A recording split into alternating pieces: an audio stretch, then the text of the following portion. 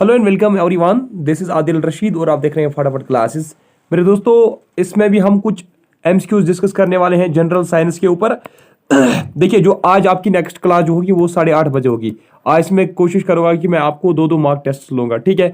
और मुझे पता है, मैंने आपको पहले ही बोला है कि मैंने रोड मैप अपना जो है वो तैयार करके रखा है। कितने दिन मुझे लगेंगे जियोग्राफी में, हिस्ट्री में कितने लगेंगे, साइंस में कितने लगेंगे। और मैं आपको यही पे क्लियर करना चाहूंगा कि मैं आपको क्या क्या पढ़ाने वाला हूँ, किस किस पे आपका मार्क टेस्ट आएगा। एक तो आपका हिस्ट्री होगा, उसमें एंशिएंट, मिडिवल, मॉडर्न में सब कुछ कराऊंगा, लेकिन मैं पहले मॉडर्न कराऊंगा आपको, ठीक है। उसके बाद साइंस, जिसमें आपका फिजिक्स, केमिस्ट्री, बायोलॉजी आएगा। और उसके बाद मैं कराऊंगा आपको जियोग्राफी, ठीक है। जियोग्राफी के साथ साथ और मैं कराऊंगा आपका जो स्टैटिक पोर्शन है, स्टैटिक, जिसको आप मिसलिनियस जीके भी बोलते हो, ठीक है। तो वो पोर्शन में कराऊंगा। और लास्ट में मैं आपको इकोलॉजी कराऊंगा। और इकोनॉमी के हमने ऑलरेडी किए हैं, याद रख लीजिएगा मेरे दोस्तों। पॉलिटी और इकोनॉमी की जो क्लासेस हैं वो हमने ऑलरेडी किए हैं, उसके एमसीक्यूज हमने ऑलरेडी आपको करवाए हैं। आप जाके प्लेलिस्ट में चेक कर सकते हो, ठीक है। और मैं लास्ट पे कोशिश करूंगा कंप्यूटर। वैसे तो मैंने आप जो कंप्यूटर की पीडीएफ है, कंप्यूटर के जो एमसीक्यूज हैं और नोट्स हैं, वो मैंने आपके साथ शेयर किए हैं। मैंने आपको बताया था कि आप खुद ये पढ़ना, ठीक है, क्योंकि टाइम कम था उस टाइम पे हमें। तो रिसेंटली कुछ दिन पहले, 1-2 हफ्ते पहले मैंने आपके साथ वो पीडीएफ शेयर की थी इनके एमसीक्यूज की। और जो इकोनॉमिक्स के एमसीक्यू हैं वो भी मैंने आपके साथ शेयर किए हैं। तो याद रखा ना मैं आपको क्या क्या पढ़ाने वाला हूं। और लास्ट में कोशिश करूंगा, जो आपके लास्ट 3-4 दिन है ना, लास्ट के 3 दिन जो है उसमें हम सिर्फ करेंगे मॉडल पेपर। जिस तरीके से वुमेन्स बटालियन का पेपर हुआ था, सेम उसी मॉडल पे मैं पेपर 2-4 प्रिपेयर करूंगा, वो मैं आपको करवाऊंगा। और उससे पहले 2-3 दिन में आपको करंट अफेयर पढ़ाने की कोशिश करूंगा, करंट अफेयर, ठीक है, जो इंपॉर्टेंट होगा, बहुत ज्यादा इंपॉर्टेंट जो होगा, जिसमें आपके क्वेश्चन 2-3 निकल सकते हैं, ठीक है। तो चलिए आज का लेक्चर हम स्टार्ट करते हैं।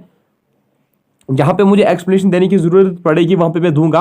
और इस पीडीएफ में हमें बहुत सारी क्वेश्चन जो है वो हमें स्किप करने हैं। एक्चुअली ये जो है ना, ये मैंने पढ़ाया है, राजस्थान का एक बैच था, ये राजस्थान का एक बैच था, एसएससी का बैच। वहां पे मैंने ये एमसीक्यूज करवाए हैं। और ये भी, ये ग्रुप डी उसको बोलते हैं, ग्रुप डी रेलवे का एग्जाम होता है, वही बैच मैंने वहां पे अटेंड किया था। तो ये उसी के एमसीक्यूज हैं। इसमें कुछ एमसीक्यूज ऐसे हैं जो हमें स्किप करने हैं, ठीक है, जो आपको नहीं पूछे जा सकते। चलिए देखिए, क्वेश्चन नंबर फर्स्ट है, ऐसा यूनिट ऑफ रेजिस्टेंस इज, ऐसा यूनिट जो रेजिस्टेंस का है वो क्या है। शाबाश, कूलम, न्यूटन, ओहम, जूल, ये सभी को पता होगा। ओहम जो है, ओहम इसका क्या है, ऐसा यूनिट है ओहम। ओहम को हम कैसे सिंबलाइज करते हैं, ऐसे, this is symbol of ohm, है ना। अच्छा, कूलम किसका है, कूलम मेरे दोस्तों चार्ज का है, किसका, चार्ज का। न्यूटन किसका है, फोर्स का। अच्छा, जूल किसका है, वर्क का। और किसका है, एनर्जी का, ठीक है, ये तो आपको पता होगा। चलिए नेक्स्ट क्वेश्चन देख लेते हैं। 1 किलोवाट आवर कितने जूल्स के बराबर होता है। 1 किलोवाट आवर जो है मेरे दोस्तों, वो कितने जूल्स के बराबर होता है। तो इसका जो सही जवाब है दैट इज 3.6 इंटू 10⁻⁶ जूल, ठीक है। नाउ क्वेश्चन नंबर 5 पे हम डायरेक्ट आते हैं, 4 को आप स्किप कीजिए।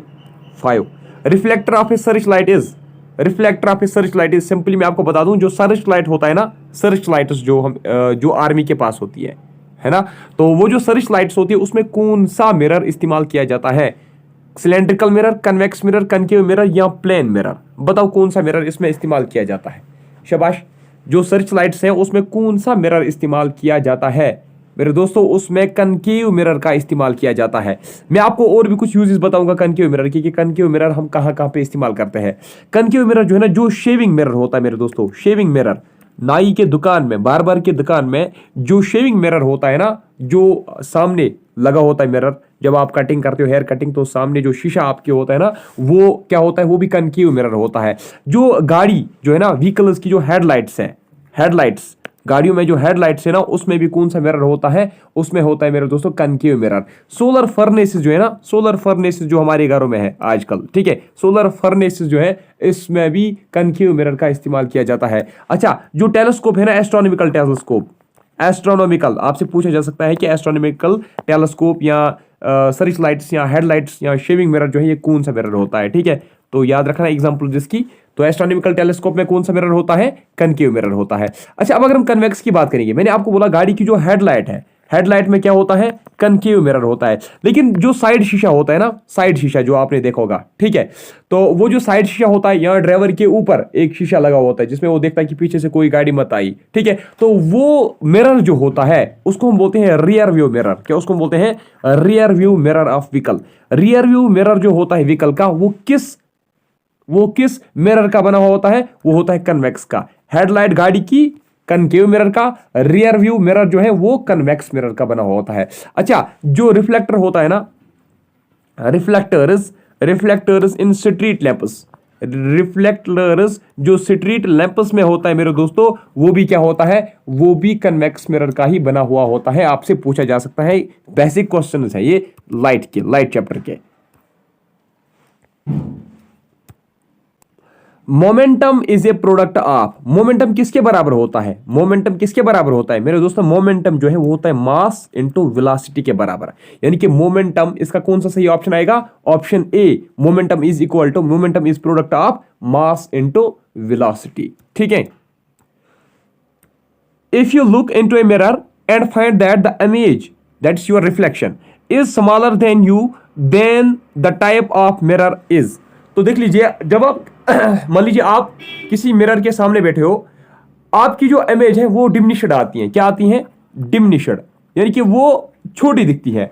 तो आप बताइए, तो आपके सामने जो मिरर है वो कौन सा मिरर होगा? यानी कि ऐसा कौन सा मिरर होता है जिसमें इमेज छोटी आती है?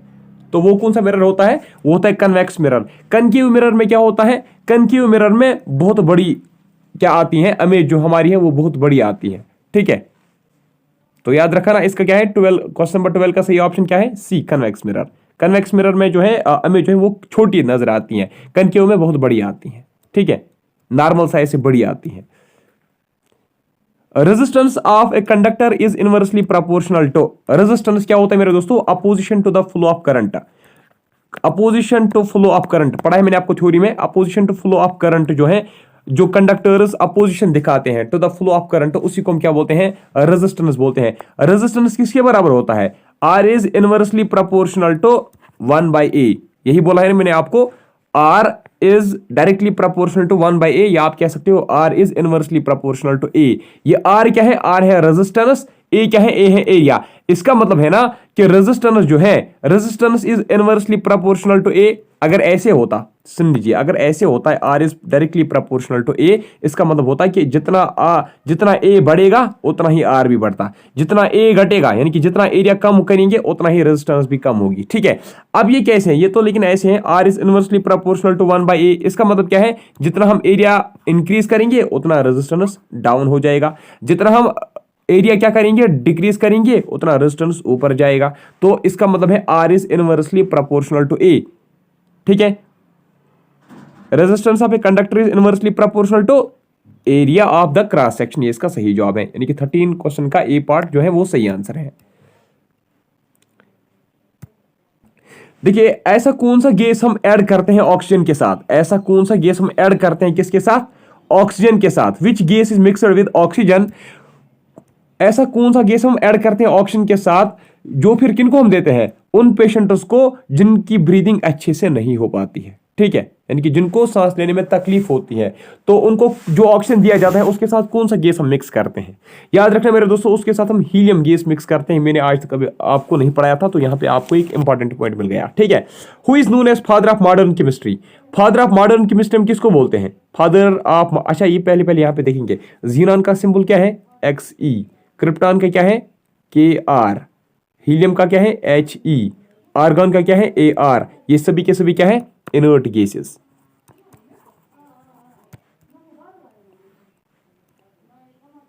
अच्छा, who is known as father of modern chemistry?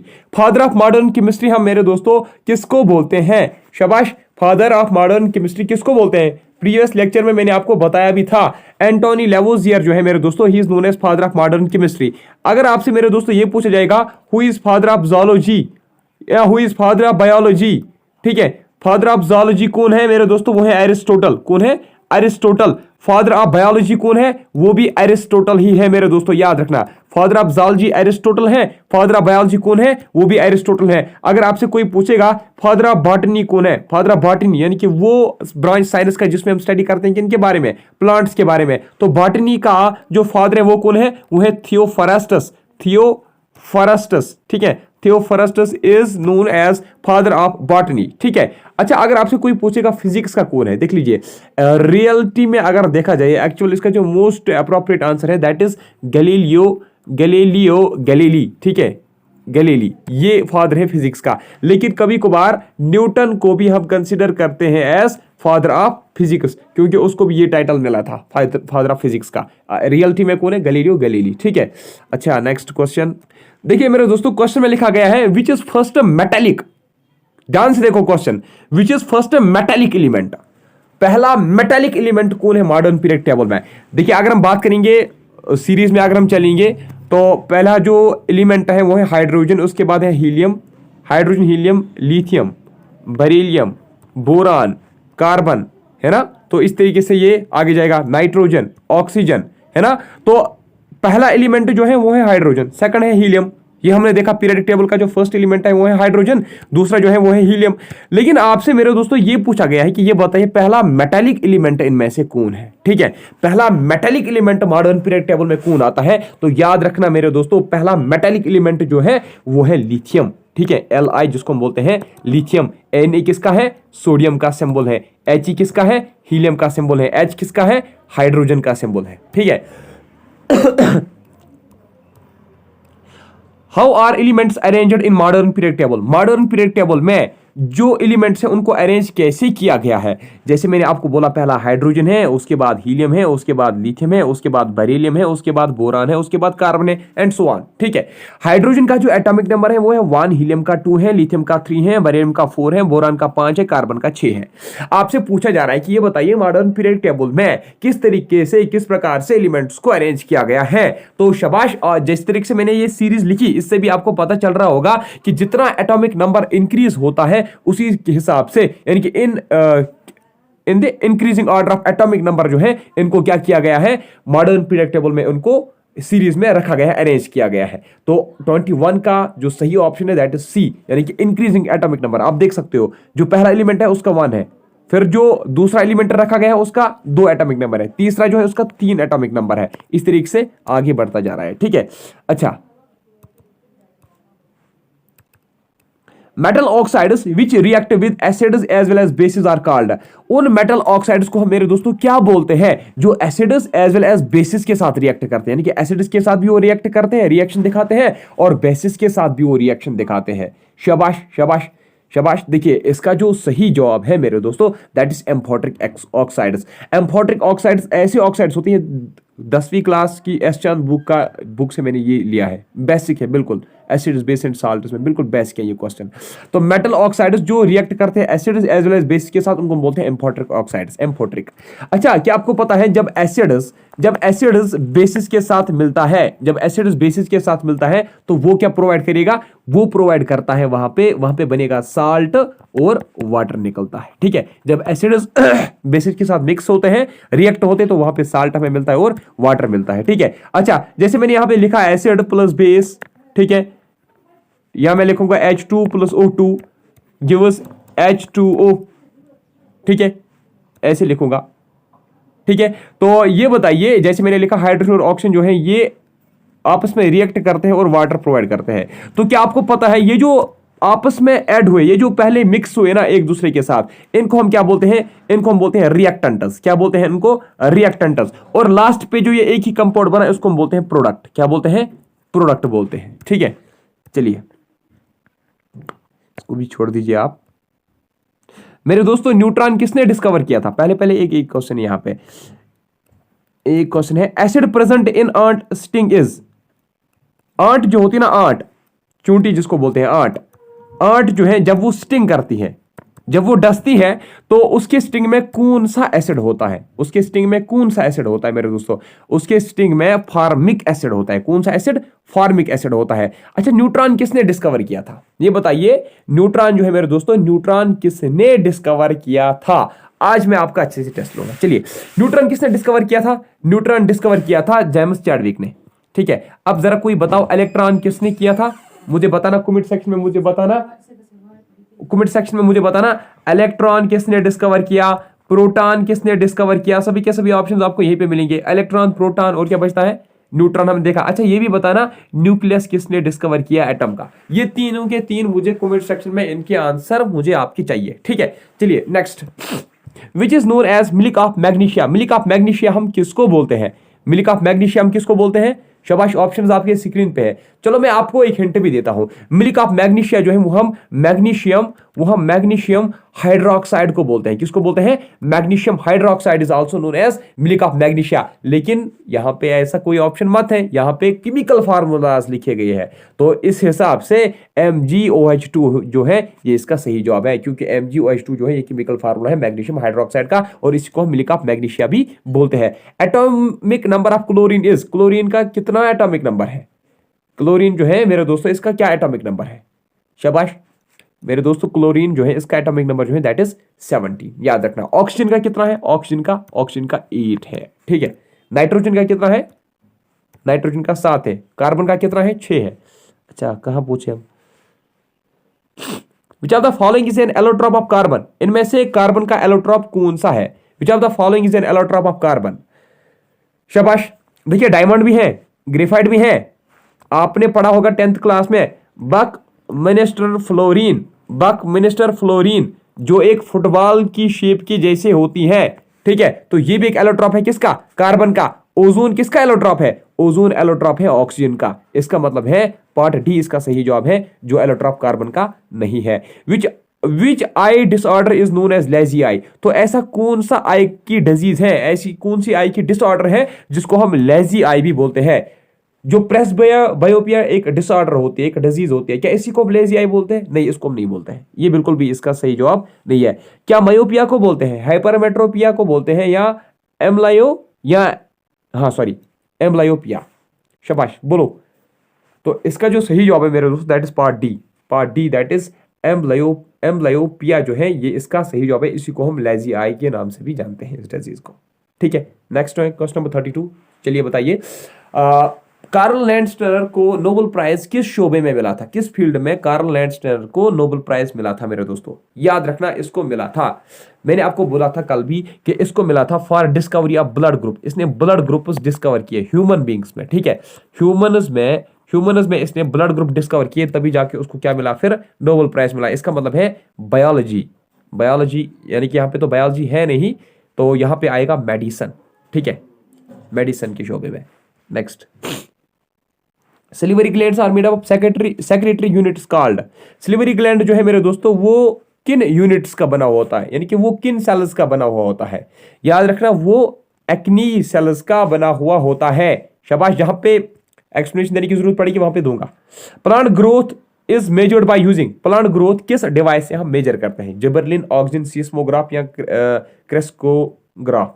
शाबाश, देखिए मेरे दोस्तों, इसका जो सही जवाब है, इसका सही जवाब जो है दैट्स पार्ट ए, क्रेस्कोग्राफ जो है, इसी से हम प्लांट की ग्रोथ मेजर करते हैं। अब बताओ कि जिबरलिन और ऑक्सीजन क्या है? ये क्या है? ये प्लांट ग्रोथ हार्मोन्स है। क्या है? ये प्लांट ग्रोथ हार्मोन्स है। इसको हम इस्तेमाल करते हैं, इनको हम प्लांट्स में क्या करते हैं? स्प्रे करते हैं, ताकि प्लांट्स की ग्रोथ जल्दी हो जाएगी, ठीक है। या सॉइल के साथ मिक्स करते हैं हार्मोन्स को, ताकि प्लांट की ग्रोथ है वो जल्दी हो जाएगी। एक्चुअली बाकी भी कुछ प्लांट ग्रोथ हार्मोन्स हैं, जैसे मैंने आपको बोला जिबरलिन है, ऑक्सीजन है। याद रखना, साइटोकाइनिन जो है मेरे दोस्तों ये भी एक प्लांट ग्रोथ हार्मोन है, ठीक है। एब्सिसिक एसिड जो है मेरे दोस्तों ये भी एक प्लांट ग्रोथ हार्मोन है। एब्सिसिक एसिड जिसको हम ABA बोलते हैं, ठीक है। Abscisic acid ABA that is abscisic acid, ये क्या है? ये प्लांट ग्रोथ हार्मोन्स है। अब आपसे क्वेश्चन पूछा जाता है कि ये बताइए, राइपनिंग ऑफ फ्रूट्स के लिए हम कौन सा प्लांट हार्मोन इस्तेमाल करते हैं? राइपनिंग ऑफ फ्रूट्स के लिए हम कौन सा हार्मोन इस्तेमाल करते हैं? याद रखना, एब्सिसिक एसिड जो है उसको हम इस्तेमाल करते हैं फॉर राइपनिंग ऑफ फ्रूट्स, ठीक है। ये हम स्प्रे करते हैं इस तरीके से। और एक एथाइलिन जो है, एथाइलिन एक गैसियस, ठीक है।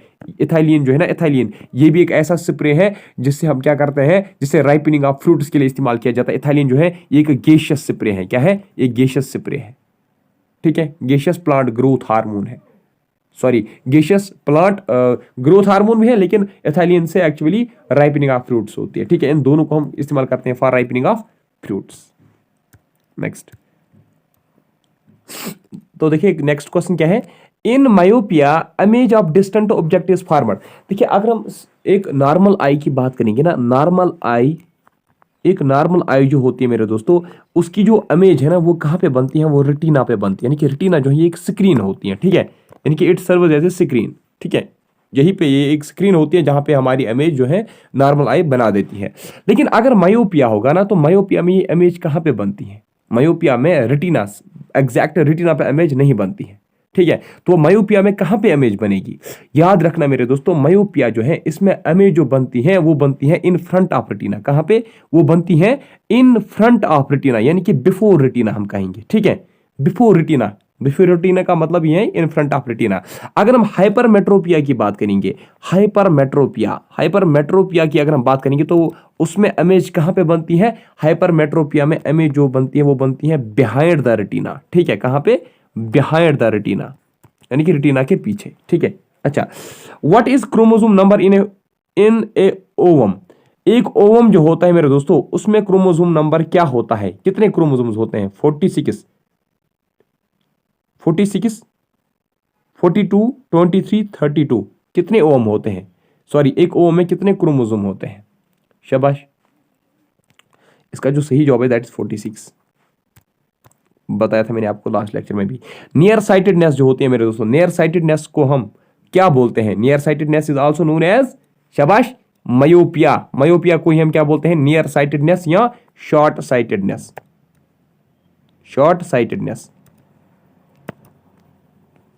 नेक्स्ट, ऑक्टोपस जो होता है, octopus blood is blue. Octopus का जो होता है, ऑक्टोपस जो होता है उसका जो ब्लड होता है वो ब्लू कलर का होता है। वो ब्लू कलर का क्यों होता है? क्योंकि उसमें क्या होता है? उसमें एक पिगमेंट होता है। वो पिगमेंट जो होता है उस पिगमेंट को हम क्या बोलते हैं? शाबाश, उस पिगमेंट को हम बोलते हैं हीमोसायनिन। एक्चुअली वो भी ब्लू कलर का ही होते हैं वो पिगमेंट भी, ठीक है।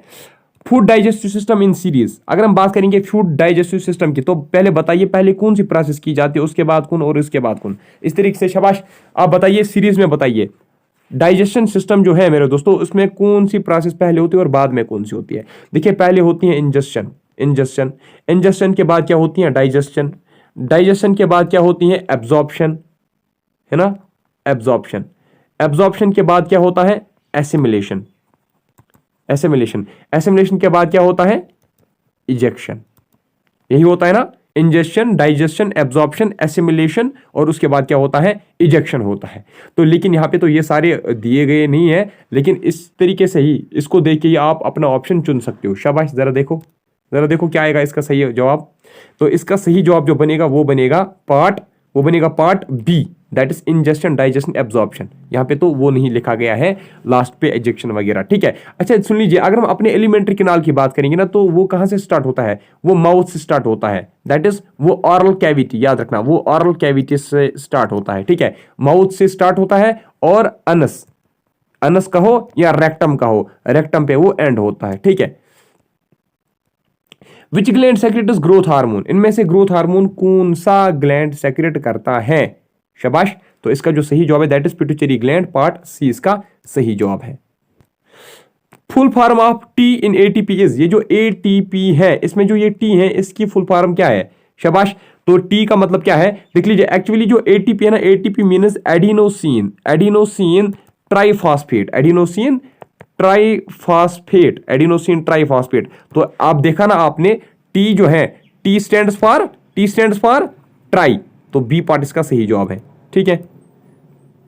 ब्लड कौन सा टिश्यू है? एपिथेलियल, मस्कुलर, नर्वस या कनेक्टिव? याद रखना, ब्लड जो है ये एक क्या है? शाबाश, ये कनेक्टिव टिश्यू है, ठीक है। Next, what is scientific name of human beings? Human beings का साइंटिफिक नेम क्या है? होमोसेपियंस है कहीं पे, हाँ, पार्ट ए, होमोसेपियन जो है that is scientific name of human beings. Scientific name of wheat क्या है? Triticum aestivum. Female sex hormone जो है मेरे दोस्तों, जरा बताओ फीमेल सेक्स हार्मोन कौन सा है? एस्ट्रोजन, गेस्ट्रोन, टेस्टोस्टेरोन या इंसुलिन? शाबाश। देखिए, जो मेन फीमेल सेक्स हार्मोन है ना, मेन फीमेल सेक्स हार्मोन वो कौन कौन से है? एक उसमें आता है एस्ट्रोजन, सबसे पहला आता है। एस्ट्रोजन के बाद अगर कोई आएगा तो वो आएगा प्रोजेस्टेरोन। क्या आएगा? प्रोजेस्टेरोन। तो कौन है इसमें से? एस्ट्रोजन। अब अगर आपसे कोई पूछेगा which of the following is male sex hormone, male sex hormone कौन है? तो वो है टेस्टोस्टेरोन, ठीक है। तो मेरे दोस्तों आज की इस वीडियो में इतना ही। तो कल मैं और कुछ जैसे इस तरीके से 50 MCQs की एक PDF लेकर आऊंगा। तो मुझे ज़रूर कमेंट सेक्शन में बताना। मुझे बेहद खुशी होती है जब आप अपना फीडबैक देते हो कि कैसा था आज का लेक्चर। तो प्लीज़ आज भी इस तरीके से देना जिस तरीके से आपने प्रीवियस लेक्चर्स में देखा, दिया अपना फीडबैक। मुझे ज़रूर बताना आज के वीडियो आपको कैसा लगा। तो मिलता हूँ आपसे नेक्स्ट टाइम में, तब तक के लिए bye bye, take care, thank you very much.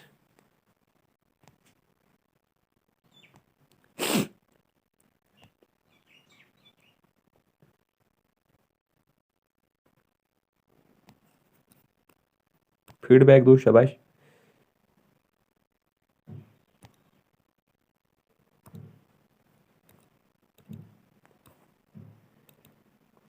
तब तक मैं देखूंगा कोई क्वेश्चन मत छोड़ा है।